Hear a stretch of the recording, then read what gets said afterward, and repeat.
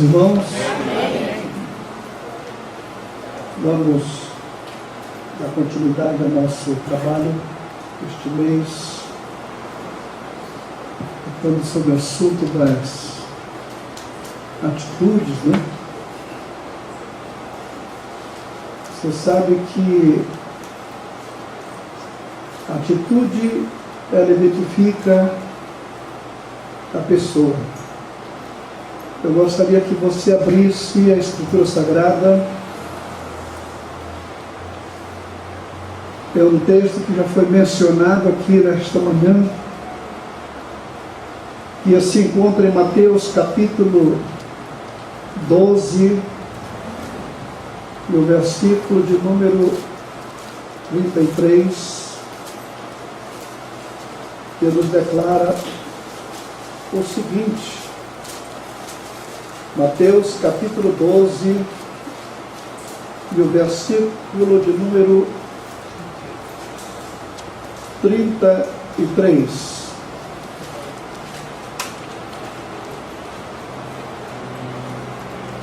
Ou fazei árvore boa, e o seu fruto bom, ou árvore má, e o seu fruto mau, porque pelo fruto se conhece a árvore.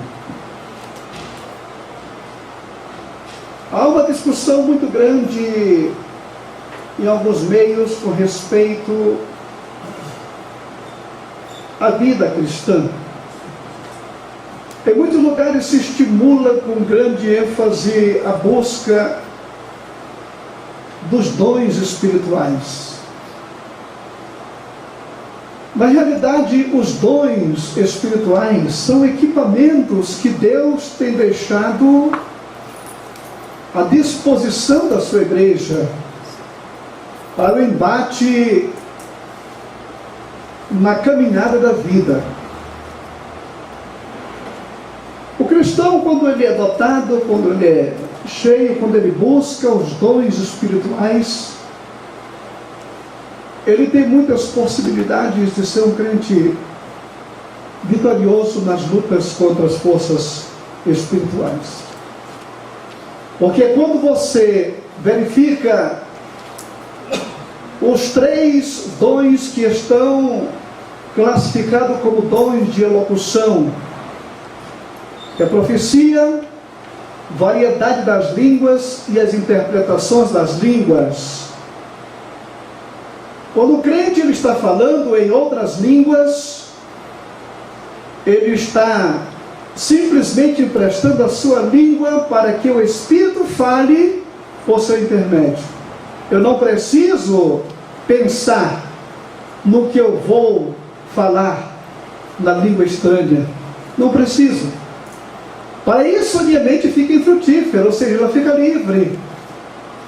Eu posso estar perfeitamente pensando em outra coisa, eu posso estar prestando atenção na estrada e orando em línguas estranhas, que aquilo não vai me atrapalhar. Porque quem está falando em outras línguas não sou eu para aqui, mas isso vem lá de dentro. Porém, as línguas estranhas, para ser entendida pelo homem, ela precisa da interpretação. É por isso que o homem busca o dom para interpretar as línguas. Porque línguas estranhas mais a interpretação, ela vem ser mais ou menos uma profecia. O que é a profecia? É justamente uma linguagem do Espírito trazendo à tona algo que Deus quer nos revelar. E quando nós temos essa capacitação de conhecer aquilo, de ouvir, de saber o que é que o Espírito está falando, isso é uma fonte de edificação muito forte. Quando eu observo os dons de poder, que são 3 também, que é o dom da cura, operação de milagres e o discernimento, o dom de curar, que são uma variedade de dom de cura que existe, né? Porque tem pessoas que oram por uma coisa e o resultado acontece, e ora por outra não acontece, porque parece que existe uma diferença nesse sentido aí. Então nós temos aí dons de poder, de operação de milagres. E isso são equipamentos também dados para o cristão. E temos os dons de revelação, que também são 3.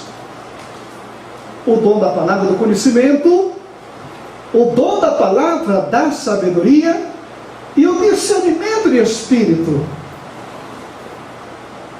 Saber que espírito que está operando em nosso meio. Saber que espírito está operando através da vida do fulano ou do beltrano. Então isso são equipamentos que Deus tem deixado à disposição da sua igreja. E é muito bom quando você vê um crente dotado com dons espirituais. Porém, não são os dons espirituais que vão me identificar como autêntico e verdadeiro cristão. Não. Absolutamente não. A Bíblia declara que é pelo fruto que se conhece a árvore, não é pelo dom. O elemento, ele pode profetizar, ele pode falar línguas estranhas, ele pode ter o dom de operação de milagres e ser uma pessoa de vida torta. Alguém pergunta, mas pastor Jorge, como é que o Espírito vai usar uma pessoa que não está com a vida certa, ou está com a vida no altar? Eu quero que você entenda que o compromisso de Deus não é com a pessoa em si, mas com o dom que é dele, que está na pessoa.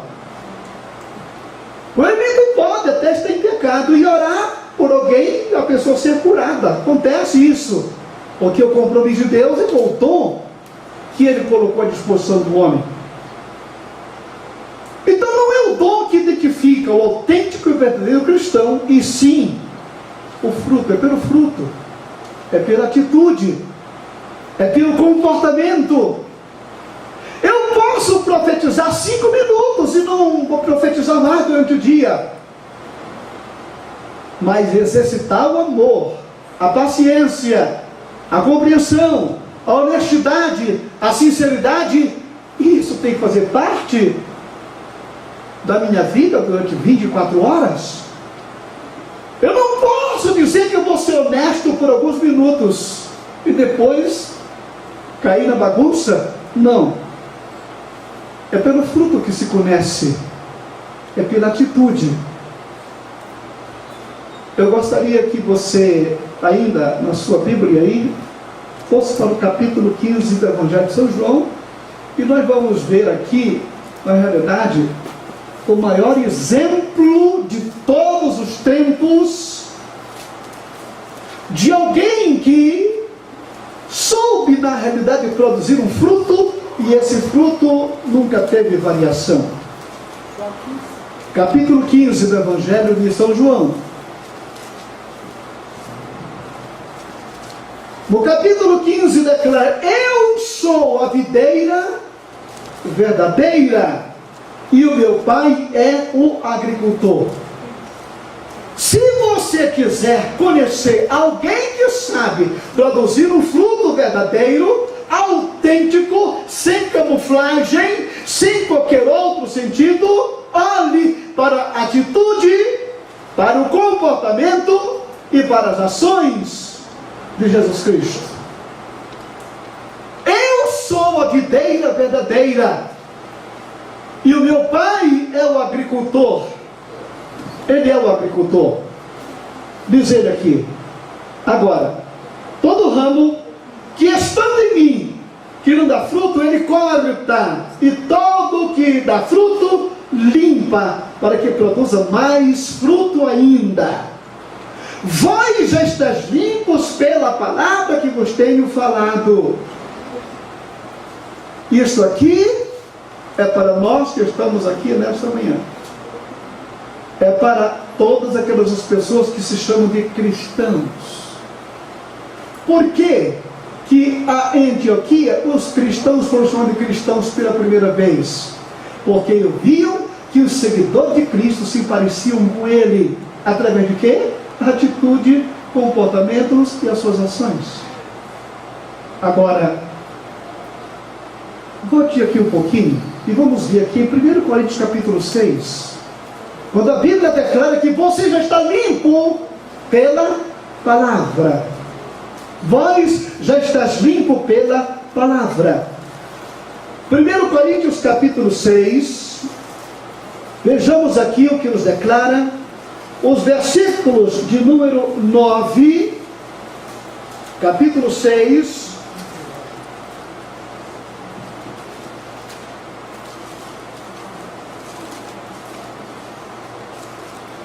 olha o que declara o versículo 9. Ou não sabeis que os injustos não podem herdar o reino de Deus?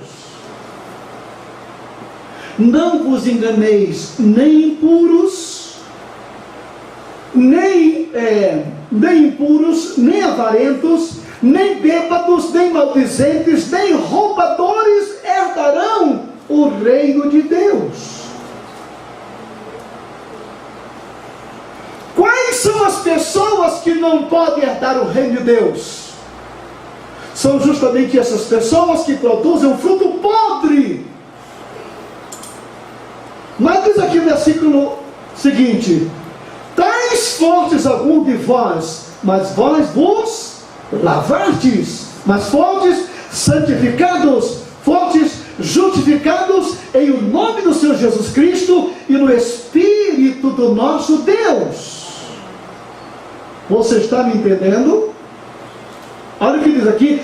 Como é que a pessoa é limpa pela palavra?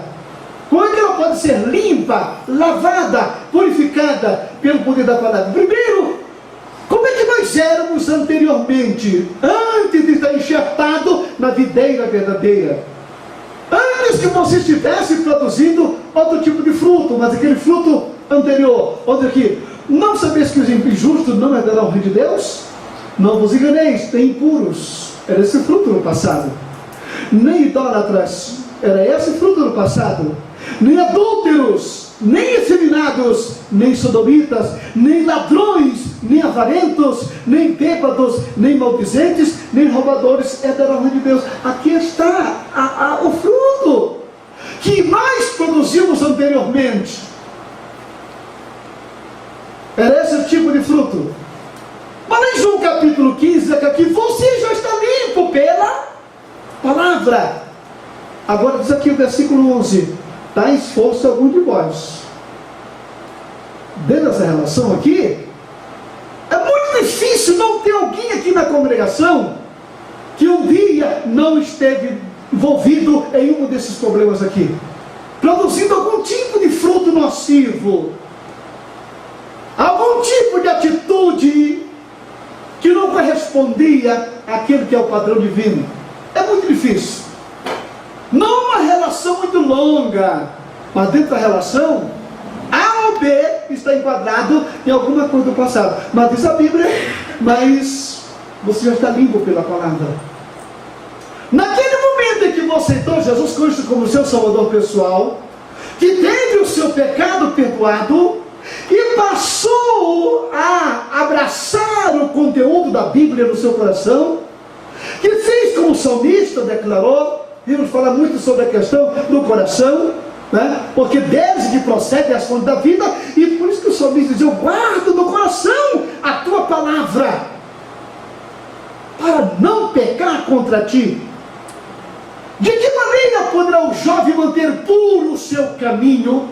Observando a tua palavra. Então, irmãos queridos, você está enxertado pela palavra, você está encharcado pela palavra, você estar cheio da palavra, você se alimentar da palavra, você buscar a palavra, como diz o salmista: é o meu prazer de dia e de noite. Mas parece-me que o prazer de muitos crentes está em outras coisas, menos da Bíblia Sagrada. O mundo oferece um atrativo tão forte que nos prende. Trazemos para dentro da nossa casa um verdadeiro cavalo de Troia, que é a televisão, que vem cheia de adversários lá dentro. E a nossa Bíblia muitas vezes vai ficando de lado. De lado. Aí, como diz sobre tudo que deve se guardar, guarda teu coração, porque é dele que procede as fontes da vida. Agora, a boca só vai falar daquilo que o coração está cheio. Daquilo que o coração está cheio.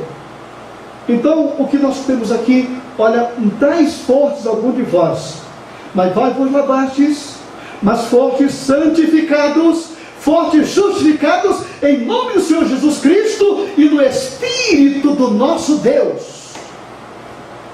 Irmão, se não houve mudança de comportamento, de atitude em nossa vida, se viemos lá do mundo e mantemos o mesmo ranço do passado, o que declara aqui o versículo 9, determinados herdarão o reino de Deus. Não tem como chegar no céu. Porque uma pessoa que continua com a mesma atitude do passado, ela tem aqui uma característica de alguém que nunca nasceu de novo. Porque o novo nascimento, ele se evidencia através de mudança de atitude. E Jesus disse para Nicodemo no capítulo 3 do Evangelho de São João: se você não nascer de novo, você não pode entrar. Porque se não nasceu de novo é porque não aceitou Jesus como deveria aceitar. Ter um nome no hall de membro de uma igreja é a coisa mais fácil da vida. Agora, tê-lo escrito no céu, aí é outra coisa. Voltando aqui para o capítulo 15 do Evangelho, onde nós temos aqui o nosso padrão principal de produção de fruto digno, que é Jesus Cristo. Então diz ele aqui no capítulo 15: eu sou a videira verdadeira, e o meu Pai é o agricultor. Todo ramo que estando em mim que não der fruto, ele corta, ele corta, ele corta. Irmãos, tem horas que quando eu penso aqui nesse texto bíblico, nós encontramos hoje igrejas superlotadas, igrejas cheias, igreja com milhares e milhares de membros, mas o que dá pena ou tristeza em saber é que nem todos ali estão enxertados na videira verdadeira. Cumpre seu dever cristão, cumpre suas obrigações, eles devolvem, entregam o seu dízimo, eles participam do culto, eles estão aí assim, mas existem certas atitudes que são visíveis, e tem outras atitudes que só aparecem depois quando vem à tona. Alguns tempos atrás, eu olhava para o mundo da política, tinha um cidadão lá na Câmara, ou no Senado, que eu observava para aquele homem ali, meu Deus do céu, sujeito de uma postura, de uma linha assim tão elegante, tão especial. Olhava para o Delcídio do Amaral, olhava para a postura daquele homem, porque esse não é um homem íntegro. Quer dizer, você não sabe o que está lá por dentro, por debaixo do tapete. Você só conhece quando aquilo vem à tona. E quantas pessoas nessas megas igrejas estão ali cantando, estão participando do coral, estão participando da banda de música, estão participando da evangelização, do departamento de ação social, tudo muito bem, mas quando você levanta o tapete da vida dele, a sujeira está lá embaixo. Estão no hall de membro da igreja, mas não estão no hall de membro do céu, porque Jesus diz assim: a árvore que não dá fruto, ele corta. Não sou eu que corto, não é o pastor que corta, ele que corta, como diz aqui: todo ramo que estando em mim que não der fruto, ele corta. Agora todo aquele que dá fruto, ele limpa para que dê mais fruto ainda, limpa. Eu tenho um pé de acerola lá no quintal da minha casa, que eu já desviei até a calçada para ele ficar lá no mesmo lugarzinho, né? O bicho é tão forte que ele desviou até a calçada. Tive que desviar a calçada para manter o meu pezinho de acerola. Mas de vez em quando nós temos que dar uma podada naquele, porque vão ser muitos galhos, aquilo vai sugando a seiva. E quando a gente começa a cortar aqueles galhos que estão em excesso, daqui a pouco você vê o fruto brotando. Ele limpa cultiva para que dê mais fruto ainda. Nós não temos aqui uma tesoura de jardineiro, mas nós temos aqui o pastor, o filho tem aqui a palavra, essa palavra que vai limpando, você está limpo pela palavra, é a doutrina, é quando nós estamos aqui falando a modo de viver, de falar, de agir, de se comportar nesse mundo, e você vai ouvindo e vai acatando isso, e a sua vida vai mudando, com toda certeza você vai produzindo mais fruto ainda, para a glória de Deus. A sua atitude se multiplica lá fora, você se torna aquela luz do mundo que não tem variação, você se torna aquele sal da terra que salga mesmo e evita a putrefação. E é justamente isso que Deus quer de nós. É isso que Ele deseja. Ele limpa. Tem hora que a doutrina pesa, tem hora que a doutrina bate, tem hora que você grita, ai, está doendo. Mas o jardineiro está dizendo lá em cima, isso aqui é para o teu próprio bem, é para você produzir mais e ainda melhor. Então diz aqui, você já está limpo pela palavra que vos tenho falado. Agora, diz ele aqui, permanecer em mim e eu permanecer em vós. Como não pode o ramo produzir fruto de si mesmo, se não permanecer na videira, assim nem vós podeis dar, se não permanecerdes em mim. Há um trecho aqui que eu não marquei aqui a referência, que diz o seguinte: olhando firmemente para Jesus, que é o quê? O autor e consumador da fé. Eu estava meditando nesse versículo esse dia, e me lembro perfeitamente como é a atitude, principalmente de uma mãe. O pai é mais desastrado, né? Mas uma mãe, quando ela tem um filho pequeno, ela não desgruda o olho dele. A criança está brincando, ela está olhando. A criança no meio dos outros, ela está observando. A criança sai um pouquinho da vista dela, já corre atrás. Quando a Bíblia diz isso aqui, olhando firmemente para Jesus, olhe firme para Ele. Ou seja, não desgrude os olhos dele. Não perca Ele de vista. Não saia da presença. Não deixe Jesus Cristo desaparecer do ângulo da sua visão. Não deixe. Quando eu estava aprendendo a dirigir, um dos professores disse assim: olha, quando você estiver dirigindo, o seu ângulo de visão do carro está aqui, em todo este vidro da frente. No momento que você desvia o olhar para olhar pelo vidro da janela, ou de um lado ou para o outro, você vai desviar a sua atenção aqui da frente. E a sua preocupação é que não se preocupe com o fulano que vem à sua esquerda, aquele que vem à sua direita. Se você está certo dentro da sua barra de caminhada, da sua linha, o outro é que tem que se cuidar dele. Claro que você tem aquela direção preventiva, porque tem elementos que não tem esse cuidado que você tem, né? Um olhadinho de vez em quando para o lado, isso não faz mal a ninguém, no trânsito, né? Mas o ângulo de visão de quem está dirigindo está aqui. Porque na hora que você tira os seus olhos deste vidro da frente do carro, você pode causar um acidente. Ou seja, o nosso ângulo de visão na vida espiritual tem que estar centralizado em Cristo. Não adianta você olhar para a filosofia que escreveu Siddhartha Gautama ou Buda, que é uma filosofia de vida muito interessante, mas isso é bom lá para os budistas, é bom para o islamita, é bom para o espírita, mas para nós é Cristo, é o nosso ângulo de visão. Aleluia! Olhando para Jesus, olhando firmemente, não perca de vista. No momento em que nós tiramos a visão de Cristo, nesse momento nós começamos a perder terreno, começamos a distanciar, começamos a nos afastar. E é ruim quando você continua caminhando e faz como Jair Maria, já deixaram Jesus para trás.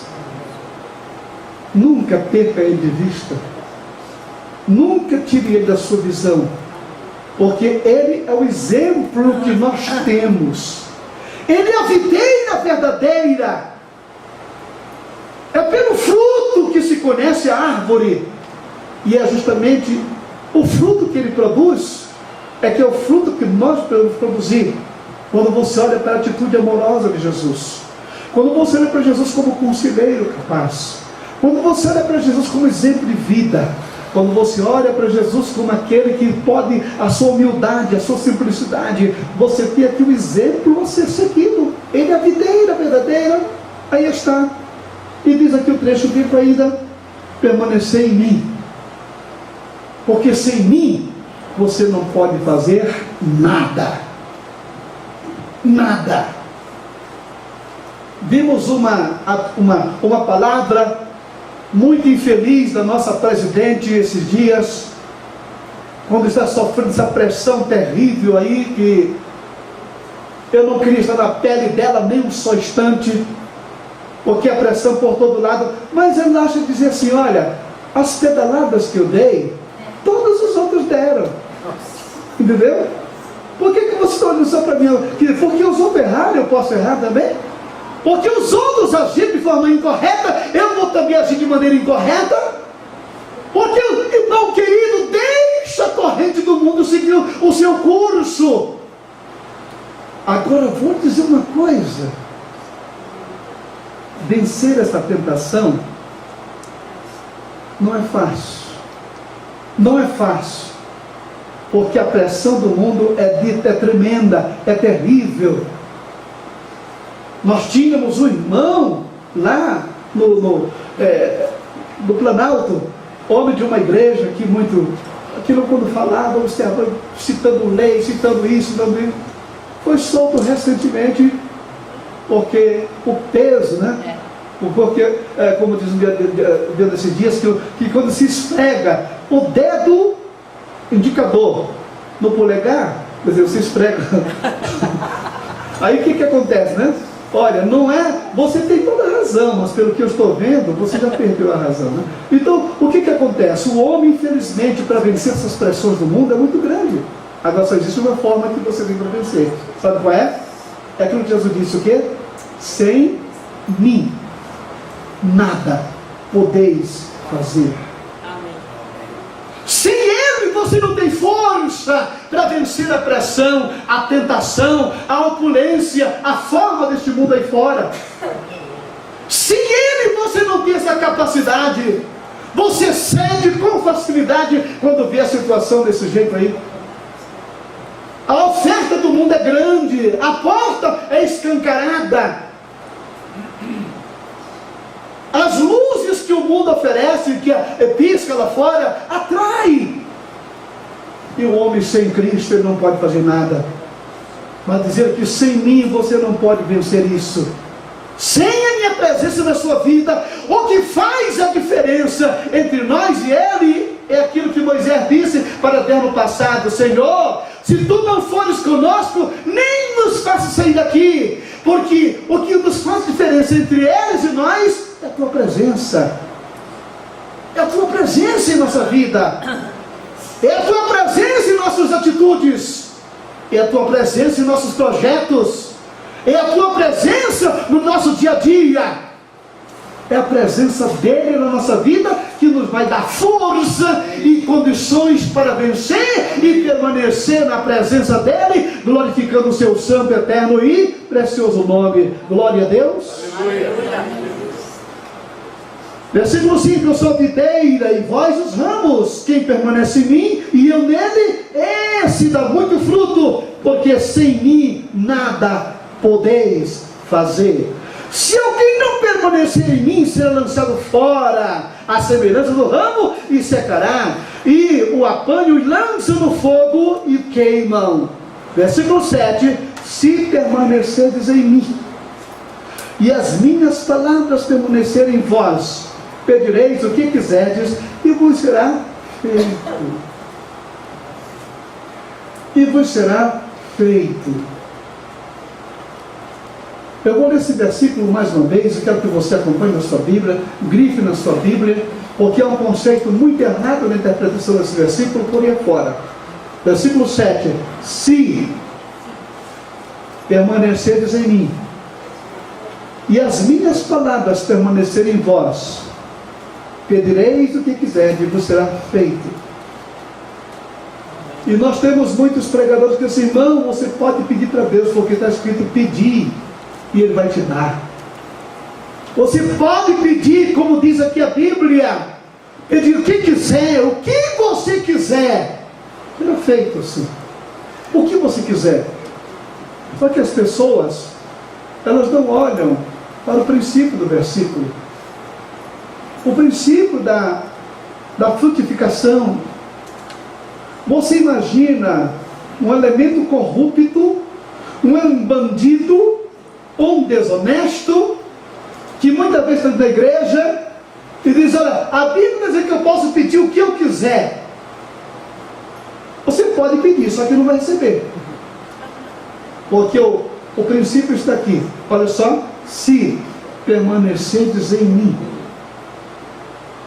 e as minhas palavras permanecerem em vós.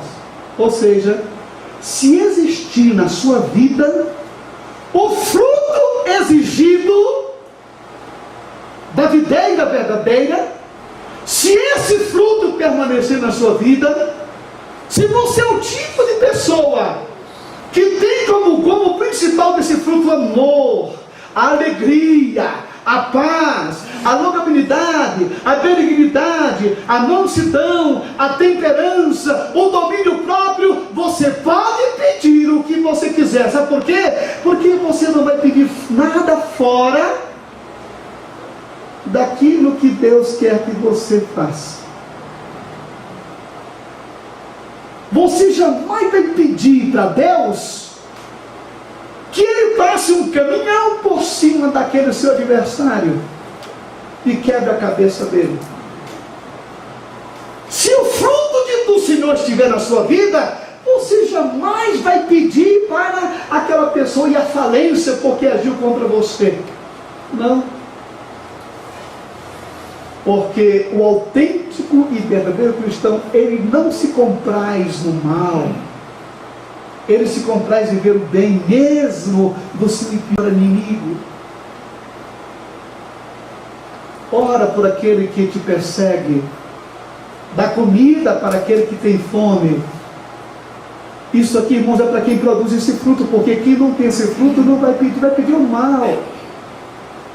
E quando acontece alguma coisa com aquele alguém, a pessoa ainda diz, bem feito, viu? Vai se meter com o servo de Deus. Que servo de Deus é esse que quer vingança? A Bíblia diz, a mim pertence a vingança. É Deus que vai se vingar. Alguém fez mal a você? Alguém te machucou? Alguém te traiu? Alguém te tratou mal? Irmão querido, não trate o mal com o mal, mas simplesmente diga, Deus, não pensa o que fizeram com o teu servo. Não precisa nem dizer assim, tu viu o que ele fez comigo, não. Não, Deus sabe, Ele está vendo. É pelo fruto que se conhece a árvore, irmão querido.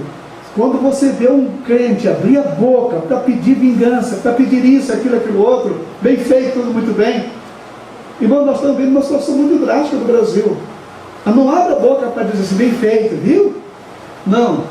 Foi agir desonestamente, aí está acontecendo agora. Não faça isso. Simplesmente ore, glorifique a Deus, porque Ele é o Senhor da história, Ele está na frente. Amém. Ele sabe como agir, Ele sabe como fazer. Então, irmãos queridos, vamos ficar aqui nesse versículo 7. Permaneça em Cristo. Se permanecerdes em mim, e as minhas palavras em vós, ou seja, se você tem na sua vida a produção de um fruto digno de arrependimento, se você está enxertado na videira, você sabe qual é o pensamento da videira verdadeira, você sabe como é que age a videira verdadeira, você sabe qual é a atitude do Senhor. Então, se você estiver agindo como Ele está agindo, então você vai pedir o que você quiser, porque você vai pedir, você não vai pedir nada para o seu deleite, você vai pedir aquilo que venha glorificar o nome do Senhor. Que Deus nos ajude, que Deus nos oriente, que nós possamos cada vez mais e mais estar na sua presença e poder glorificar o seu nome com nossas atitudes, não, Jesus. É a atitude que vai te levar às mansões celestiais. Amém. Não é o fruto, não é o dom espiritual, mas é o fruto que se conhece a árvore. Amado Deus e Pai, nós te glorificamos por esses momentos na tua presença, pela exposição e meditação da tua palavra. Continua falando alto aos nossos corações, meu Deus, e nos ensina a te servir da melhor maneira possível, Pai. Abençoa cada família aqui representada nesta manhã. Invade o lado dos meus irmãos com a tua doce presença. Não nos deixe tirar os olhos, Senhor, mas olhando firmemente, sem te perder de vista, para Jesus, que é o autor e consumador da nossa fé. Em teu nome, amém, Senhor. Amém.